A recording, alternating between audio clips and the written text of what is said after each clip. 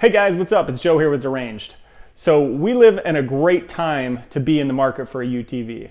Right now, manufacturers are coming out with new models, it seems like every other week. We got Honda announcing something, rumors of Kawasaki stuff coming. We got CanAm releasing new models all the time. Polaris is doing new stuff as well. So with all those options out there, it can kind of get a little fishy as to what model is right for you.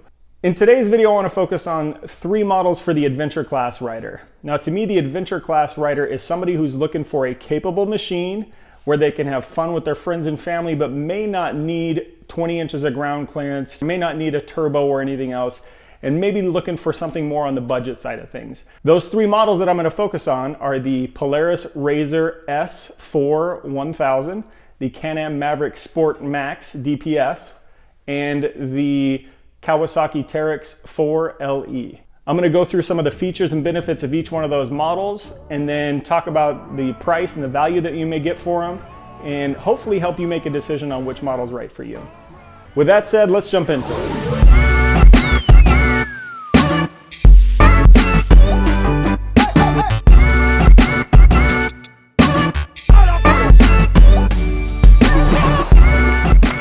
So let's start with the Polaris RZR S 1000. Now this machine has an MSRP of $19,599, so right up against the $20,000 mark. As far as the specs go, you're looking at a 999cc twin dual overhead cam engine, has 100 horsepower out of the box. You have a 60-inch width, so the machine's 60 inches wide, which is good for a lot of the trails that you'll find. It's 138 inches long, so it's fairly lengthy, not as long as other machines, and has a 106.5 inch wheelbase. As far as transmission goes, you're looking at an automatic CVT transmission, in other words, a belt. You have suspension travel front and rear of 12.25 in the front and 13.2 in the rear.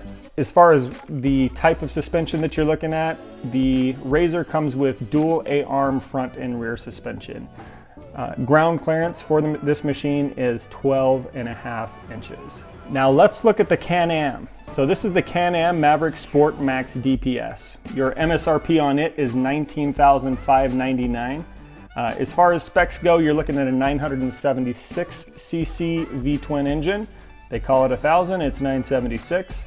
Horsepower, it has 100 horsepower out of the box. It is a 60-inch wide machine, again, similar to the Polaris. The length of the machine, it's quite a bit longer than the Polaris, about 10 inches longer. It's 149 inches long. Its height is 76.2 inches, and then wheelbase is 120.6 inch wheelbase. So pretty lengthy wheelbase as well. Pros and cons with that. Pros with the longer wheelbase is more room for your passengers, generally speaking. Transmission, it has an automatic CVT transmission as well. Suspension travel, you're looking at 12.25 in the front, 13 inches in the rear. And then suspension, in the front there is double A-arm suspension, and then in the rear they have a torsion trailing arm suspension set up. As far as ground clearance goes, you're looking at 12 inches of ground clearance out the box. From what I understand on this machine, you can up the tire size pretty substantially out of the box without doing much clutch work. So keep that in mind when you're considering this machine. Let's talk about the Kawasaki. So the Kawasaki Teryx4 LE, it has an MSRP of $16,999. Much cheaper, almost $3,000 cheaper than the other 2 models. This is kind of an entry-level machine. It's more trail specific, and there's a couple big differences for this machine. The main one being, or the first one being, is the engine is a 783cc V-twin engine. It has 58 horsepower, which is substantially less than the 100 that come through the other 2 machines. As far as width goes, you're looking at 61.6 inches wide, so it's a little bit wider, 1.6 inches wider than the other 2 models. Length, it is 125.4 inches long altogether, and then your wheelbase is 85.6 inches. So you got a shortened wheelbase on this machine, much shorter than the other 2. As far as transmission goes, it's an automatic CVT transmission as well, a belt as well. One thing that I didn't mention on the engine is this machine has a center mounted engine. So rather than being mounted in the rear, it's mounted in between the driver and passenger. There's pros and cons to that. I guess the biggest con is you're going to have noise in your cab, more noise than you'll have in the other machines in general. And then you also have more heat in your machine as well. So in the wintertime, it's a great thing. If you're in the desert during the summer, it's not so great a thing. As far as suspension goes, you're looking at suspension travel of 12 1/4, 12.25 inches in the front, and then 13 inches of suspension travel in the rear. I've ridden in multiple Teryxes, and one thing I'll say about them is they do have a smooth ride, and I think overall, just about any review you're going to find on these machines, they have a smooth ride. They did a great job with the Fox shocks on these things, setting up the ride to make it nice and smooth. So you're looking at a double wishbone suspension in the front and in the rear. And then lastly, ground clearance. It has 11.2 inches out of the box. A lot of people upgrade to 28, 29 inch tires to get another inch or two of ground clearance on this machine.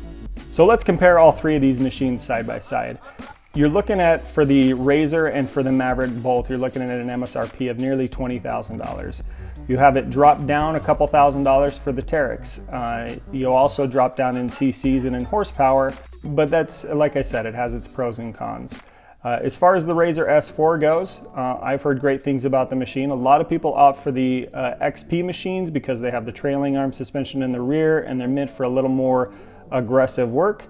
But again, this machine is going to fulfill most of your needs. If you're not planning on jumping or getting crazy in whoops or taking it to the sand dunes, it's a great overall machine. And Polaris has been in the business for a long time, and they do a good job. As far as the Maverick Sport DPS goes, the Maverick Sport is a great machine. It's new on the market. This is the first year for it, the 2018. It has that 976cc engine. It gets great reviews as well. It's the Rotax engine from CanAm. It has 100 horsepower. Overall, I've heard really good things about the machine. Garrett was able to drive one, and it drives real smooth. It feels nice, and the cab feels nice and safe. You do sit down a little bit lower, but it's overall a great machine. It would be ideal for, again, somebody who's looking to have a ton of fun on the trails, but maybe not necessarily get crazy and jump it. And then the last is the Teryx4. And one thing I'll say about the Teryx4 is anybody that owns one, for the most part, loves them. They're great machines, they're reliable, and they'll go just about anywhere you want to go. I'll link to a video where myself, Garrett, and Dave went to Sand Hollow for a side-by-side rally and really was able to put the Teryx through the paces, and it did really well compared to other machines. Basically being close to stock, 2-inch lift and a little bit bigger tires, and that's it that was done to the machine. So it really did perform well for a machine that you can get for a couple $1,000s cheaper than the other machines. So you have to ask yourself, is it worth the extra $2,500 to get a RZR or a Maverick Sport over a Teryx?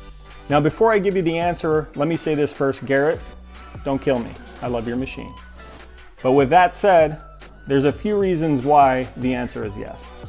Number one, and most importantly, is the aftermarket. The aftermarket for the CanAm Maverick Sport Max and the RZR both is going to be much larger than you're going to find for the Teryx.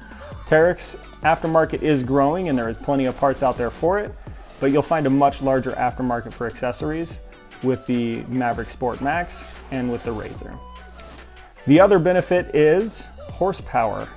So both the RZR and the Maverick Sport Max come with 100 horsepower, while the Teryx comes with 58 horsepower. Although I've always heard that the Teryx does just fine with the 58 horsepower, I think we can all agree that more power is better. Now, if I were in the market today and I was choosing between these three machines, if it was me, I'd pick the CanAm Maverick Sport Max DPS. And the reason why is the cabin.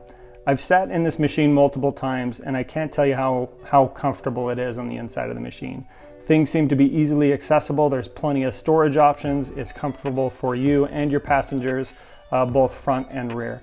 With that being said, what's your thoughts on what machine you would choose? If you were in the market today, or if you are in the market today, which one of these machines would you lean towards and why? Leave your thoughts in the comments below so we can all chat about it there. With that said, that's it for this video. If you like what you saw, don't forget to like, comment, and subscribe. It really helps us as we continue to grow the channel.